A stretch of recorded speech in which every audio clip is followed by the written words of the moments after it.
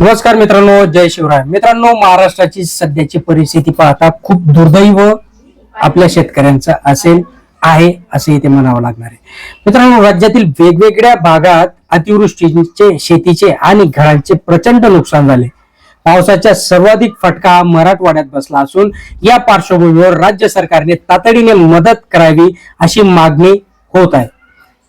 या दरम्यान मराठवाड्यातील शेतकऱ्यांना भेट घेऊन परतल्यानंतर उद्धव ठाकरेंनी पत्रकार परिषद घेऊन एकूण परिस्थितीची माहिती दिली. उद्धव ठाकरे यांनी या नैसर्गिक आपत्ती पार्श्वभूमीवर शेतकऱ्यांसाठी 2 महत्वाच्या मागण्या देखील मुख्यमंत्र्यांकडे केल्या आणि हात जोडून सांगतो तुम्हाला, शेतकऱ्यांची या ज्या काही मागण्या आहेत त्या पूर्ण करा. नेमकं काय म्हणाले उद्धव ठाकरे शेवटपर्यंत बघा. मी दाखवणार आहे काय म्हटले, त्याच्यानंतर मग आपण बोलणार आहोत. तत्पूर्वी मित्रांनो, आपल्या चॅनलला सबस्क्राईब केलं नसेल सबस्क्राईब करून ठेवा, लाईक करून ठेवा. लाईक करायला तर पैसे काही लागत नाही. लाईक करा, शेअर करा, सबस्क्राईब करा. बघा, आणि मी तुमच्याशी आता बोलतोय, याही वेळेला मराठवाड्यात काही भागामध्ये जोरात पाऊस सुरू आहे. या पावसाने हातातोंडाशी आलेला शेतकऱ्याचा घास, आता हा केवळ शेतकऱ्याचा घास नाही तर आपल्या सगळ्यांचा घास हा अतिवृष्टीने हिरावून घेतलेला आहे. अनेकांच्या जमिनी खरडून गेलेल्या आहेत, पिकं तर उद्ध्वस्त झालीच, घरदारं वाहून गेलेली आहेत. जे मुलं बाळ आहेत त्यांची दप्तरं, वह्या, पुस्तकं, एका अर्थी तसं पाहिलं तर अख्खं आयुष्य त्यांचं वाहून गेलेलं आहे. आणि या संकटात भरीसभर म्हणून त्यांच्या डोक्यावरती कर्जाचं ओझं आहे. आपल्याला आठवत असेल, आता साधारणतः 1 वर्ष होत आलं किंवा होईल, महाराष्ट्राच्या विधानसभा निवडणुका होत होत्या. तेव्हाही शेतकऱ्यांमध्ये एक असंतोष होता. तो असंतोष एवढ्यासाठी होता की त्यांच्या हातामध्ये पीक होतं, सोयाबीन वगैरे पीक होतं, कापूस होता, पण आत्ताचंच सरकार तेव्हा होतं आणि हमीभाव देत नव्हते. हमीभाव खूप कमी देत होते, म्हणून शेतकऱ्यांमध्ये रोष होता. दुर्दैवाने आता असं झालेलं आहे की होत्याचं नव्हतं झालं. पीक जे हाताशी आलं होतं ते पूर्ण उद्ध्वस्त झालेलं आहे. म्हणजे आम्ही गेलो तो दुसरा तिसरा दिवस असेल, त्याच वेळेला ती पिकं जी काही उद्ध्वस्त झाली होती ती सडली होती, त्याचा वास येत होता. शेतामध्ये शेतजमीन जी आहे त्याच्यामध्ये ढोपरभर चिखल आणि त्याच्यावरती पाणी होतं. शेतकरी धायमोकलून रडत होते. आणि एकूण सगळे चित्र पाहिल्यानंतर साहजिकच आहे, शेतकऱ्यांनी मी गेल्यानंतर आपुलकीने माझ्याशी बोलले, हक्काने माझ्याशी बोलले. आणि तुम्ही जशी आमची कर्जमाफी केली तशी आता कर्जमाफी या सरकारला करायला भाग पडा, हे ते आवर्जून आणि असे आक्रोश करून सांगत होते. आता हीच खरी वेळ आहे की या शेतकऱ्याला या कर्जाच्या डोंगरातून आणि या संकटातून बाहेर काढायला पाहिजे. जी काही मदत जाहीर केली या सरकारने ती खूपच तुटपुंजी आहे. याचं कारण, एखाद्या वेळेला शेती उद्ध्वस्त झाली तर त्याला एक नुकसान भरपाई दिली तर तो एक सीझन तो कसा तरी शेतकरी तग धरू शकतो. मात्र यावेळेला शेतजमीनच खरडून गेलेली आहे. आजूबाजूने वाहणाऱ्या नद्यांचं पाणी हे त्या शेतामध्ये घुसलं आणि अख्खं म्हणजे जमीन खरडून ज्याला गेली म्हणतात, तो शब्द तिथे गेल्यानंतर कळतं नेमकं काय आहे. वरचं पीक तर गेलं, जमिनीवरची ती माती गेली आणि अक्षरशः तिथले दगड आणि गोटे, मुरुम हे सगळं वर आलेलं आहे. ही जमीन सावरायची झाली, परत जर का पीक घेण्यायोग्य करायची झाली तर किमान 3 ते 5 वर्ष लागतील असं शेतकऱ्यांनी मला सांगितलं. आता ही जर का वस्तुस्थिती आहे तर शेतकऱ्याला आत्ता जी काही या सरकारने मदत जाहीर केलेली आहे, ही मदत जर का पाहिली तर जेमतेम हेक्टरी अंदाज किती होते, 7-8 हजार अशी काहीतरी होत असेल किंवा हे होत असेल. पण आता ती जमीन साफ करायला साधारणतः 6-7 हजार रुपये एकराला खर्च येणार आहे. 5 लाख खर्च एका एकराला 5 लाख आता साफसूफ करायला, जमीन लेवल आणि साफसूफ करायला म्हणतोय. त्याच्यानंतर मग त्याची माती टाकायची आणि ती कसण्यायोग्य करायची. याला खूप मेहनत लागणार, पैसे लागणार आणि त्याच्यानंतर तो शेतकरी पुन्हा एकदा पीक काढायला लागेल. पण 2-3 वर्षही याच्यात जात असल्यानंतर आत्ता जे शेतकऱ्याच्या डोक्यावरती कर्ज आहे तो शेतकरी कर्ज फेडणार कसा.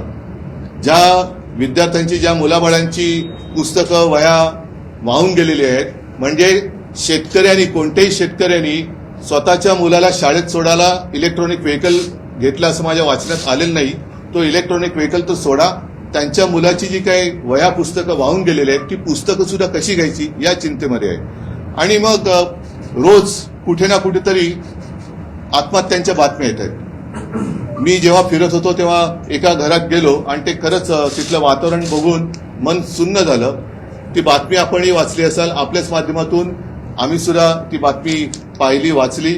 31 वर्षाच्या एका पोराने आत्महत्या केली. 31 वर्षाचं पोर, आणि त्याला जेमतेम 15-20 दिवसाचं बाळ. अजूनही शेतकऱ्यापर्यंत पोहोचलेली नाही, अजूनही पोहोचलेली नाहीये. त्याच्यानंतर 2017च्या कर्जमाफीची अजूनही प्रतीक्षा आहे. त्याच्यानंतर आमचं सरकार आलं, मी कर्जमुक्ती केली, कालबद्ध पद्धतीने कर्जमुक्ती केली, त्याच्यातले पैसे त्यांना मिळाले देखील. आणि इतरही वेळेला ज्या ज्या वेळेला संकट आलं आम्ही पंचांग काढून नाही बसलो. जे आत्ता मुख्यमंत्री म्हणतात मला याच्यात राजकारण आणायचं नाही, पण जर का केवळ शेतकऱ्यांना न्याय त्यांचा मिळवून द्या, त्यांना मदत करा असं बोललं, याच्यात जर का मुख्यमंत्र्यांना राजकारण वाटत असेल मग जरूर ते राजकारण त्यांनी समजावं. याचं कारण आपणही बघितलं असाल की मुख्यमंत्री तिथे गेल्यानंतर ज्या शेतकऱ्यांनी मदत नेमकी कधी आणि किती करणार एवढं विचारल्यानंतर ते बाबा राजकारण करू नको, आणि त्याच्या मागे पोलीस लागले. पण ही कुठली लोकशाही आहे, कुठलं सरकार आहे, कशासाठी तुम्ही राज्य करताय? ही विविध नैसर्गिक आपत्तीमध्ये झालेल्या नुकसानी करता मंजूर. आणि म्हणून आमची मागणी अशी आहे की या शेतकऱ्याला सरसकट कर्ज मुक्त केलं पाहिजे. आणि त्याचबरोबरीने ज्याप्रमाणे पंजाबमध्ये मी ऐकलं की तिथे हेक्टरी 50,000 रुपये हे शेतकऱ्याला त्यांनी कालबद्ध कार्यक्रम ठरवून जाहीर केलेले आहेत. या अजूनही आपल्याकडे केलेलं नाहीये, पण पंजाबच्या मुख्यमंत्र्यांनी जसं हेक्टरी 50,000 रुपये जाहीर केलेले आहेत तसंच महाराष्ट्रातल्या सुद्धा सरकारने, डबल इंजिन आहे ना, आणखीन त्याला एक डबडं लागलेलं आहे. म्हणजे डबल इंजिन आणि किती त्याला डबे लागले त्याची कल्पना नाहीये. परत वरचं एक मोठं आहे धूर सोडणारं इंजिन, त्यांची मदत घ्या. कालच मुख्यमंत्री पंतप्रधानांना भेटले आणि महाराष्ट्राच्या परिस्थितीबद्दल चर्चा केली. आता चर्चा म्हणजे नेमकं काय केलं दिसतंय समोरच्या, चर्चा काय करताय? आणि मग दयावान पंतप्रधानांनी सांगितलं की तुम्ही तुमचा प्रस्ताव पाठवा. कसला प्रस्ताव? समोर दिसतंय तुमच्या. आज केवळ महाराष्ट्रामध्ये निवडणुका नाही आहेत म्हणून पंतप्रधान इथे येत नाहीयेत का?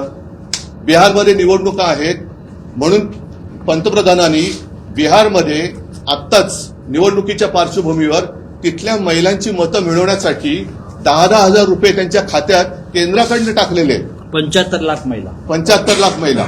म्हणजे तुमची मतचोरी पकडली गेल्यानंतर तुम्ही काय बिहार खरेदी करायला निघालात? बिहार तुम्हाला काय खरेदी विक्रीची गोष्ट वाटली?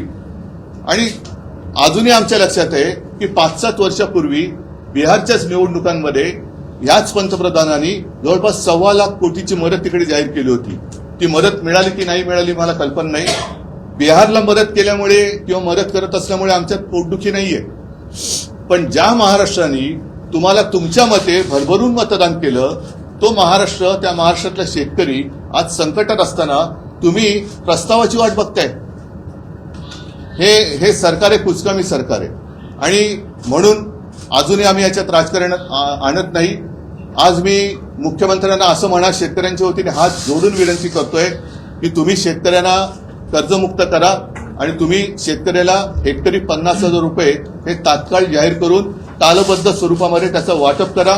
बँकांच्या नोटिसी ज्या सरकार शेतकऱ्याला जात आहेत त्या पहिल्या नोटिसी थांबवा. उद्धव ठाकरे म्हणाले की गेल्या 2-3 वर्षातील 14,000 कोटींचा जाहीर केलेली मदत अजूनही सरकारपर्यंत पोहोचली नाही. 2017च्या कर्जमाफीचा अजूनही प्रतीक्षा आहेच. त्यानंतर आमचे सरकार आले, मी कर्जमुक्ती केली. इतरही वेळेला संकट आलं तेव्हाही आम्ही पंचांग काढून काही बघितलं नाही. मला यात राजकारण आणायचं नाही, पण जर केवळ शेतकऱ्यांना न्याय मिळवून द्यायचा तर त्यांना मदत करणं गरजेचं आहे. कारण की पूर्ण हंगाम जो आहे तो शेतकरी कसा काढतील? एक 4 महिन्याचा हंगाम बिगर पैशाचा शेतकरी कसा काढणार? पोटा पाण्याचा प्रश्न आहे. तुम्हाला लाजा वाटायला पाहिजे. तुम्ही कशा पद्धतीने या लोकांकडे ट्रीट करताय? उद्धव ठाकरे यांनी प्रश्न विचारणाऱ्या शेतकऱ्याला राजकारण करू नका असं म्हणणारे देवेंद्र फडणवीसांना यांच्यावर जोरदार टीका केली. उद्धव ठाकरे म्हणाले की आपण बघितलं असेल की मुख्यमंत्री तिथे गेल्यानंतर ज्या शेतकऱ्याने मदत नेमकी किती मिळणार आहे आणि कधीपर्यंत मिळणार एवढंच विचारल्यानंतर यात ए बाबा याच्यात राजकारण करू नको, मी काम करतोय, राजकारण करू नका असे बोलणारे देवेंद्र फडणवीस यांना समजायला पाहिजे. परत त्या मनुष्यावर तुम्ही अलिगेशन लावता, चुका त्यांच्या काढता की दारू पिऊन कोणी याच्यामध्ये बोलतो. अरे तो माणूस दारू पिलेला नव्हता, तो माणूस तिथे प्रश्न विचारत होता आणि त्याचा हक्क आहे. तुम्हाला समजायला पाहिजे तुम्ही कशा पद्धतीने त्या लोकांना ट्रीट करताय. शेतकरी आहे तो, त्याचं नुकसान झालंय, तो प्रश्न विचारणारच. साधारणपणे 14,000 कोटींची जाहीर झालेली एकूण रक्कम अजून शेतकऱ्यांच्या हातात मिळालेली नाहीये. म्हणून जी काही मागणी आहे ही मागणी शेतकऱ्यांना सरसकट कर्जमुक्त करणं गरजेचं आहे असे उद्धव ठाकरे यांनी सांगितलं. त्याचप्रमाणे ज्याप्रमाणे पंजाबमध्ये त्यांनी हेक्टरी 50,000 रुपये कालबद्ध कार्यक्रम करून जाहीर केले, त्याचप्रमाणे महाराष्ट्र सरकारनेही किंवा नरेंद्र मोदी त्यांचे गुरु नरेंद्र मोदी यांनी महाराष्ट्राचा दौरा देखील अजून केलेला नाही आणि शेतकऱ्यांना मदत देखील जाहीर केली नाही. म्हणूनच इथल्या शेतकऱ्यांना देखील 50,000 रुपयेपर्यंत ही मदत मिळणं गरजेचं आहे. अजून उद्धव ठाकरे यांनी सांगितलं, मी मुख्यमंत्री असताना शेतकऱ्यांच्या वतीने हात जोडून विनंती करतो की तुम्ही शेतकऱ्यांना कर्जमुक्त करा. तुम्ही शेतकऱ्यांना हेक्टरी 50,000 रुपये तात्काळ जाहीर करून ते कालबद्ध पद्धतीने त्यांचे वाटप करणं गरजेचं आहे. बँकांना शेतकऱ्यांना जात असताना बँकांच्या नोटिसा शेतकऱ्यांना जात आहेत. कर्ज किंवा इतर गोष्टी तर लांबच, पण बँकांच्या नोटिसा देखील जात आहेत. याच्या तुम्हाला लाजा वाटायला पाहिजे की तुम्ही कशा पद्धतीने शेतकऱ्याची घरचेपी केली. हे भाजप सरकार शेतकऱ्यांचं लुटणारं सरकार आहे, सर्वसामान्यांना लुटणारं सरकार आहे. आणि म्हणूनच याच्यावर आता सगळ्यांनी रोष प्रतिरोध करणं गरजेचं आहे. मित्रांनो, तुम्हाला काय वाटतं? देवेंद्र फडणवीस चुकताय, हे महायुती सरकार चुकतंय, शेतकरी चुकतोय, कोण चुकतंय, कशा पद्धतीने सरकारने ही सिच्युएशन हाताळणं गरजेचं आहे? खाली कमेंट बॉक्समध्ये कळवा. चॅनलला सबस्क्राईब करून ठेवा, लाईक करा. धन्यवाद.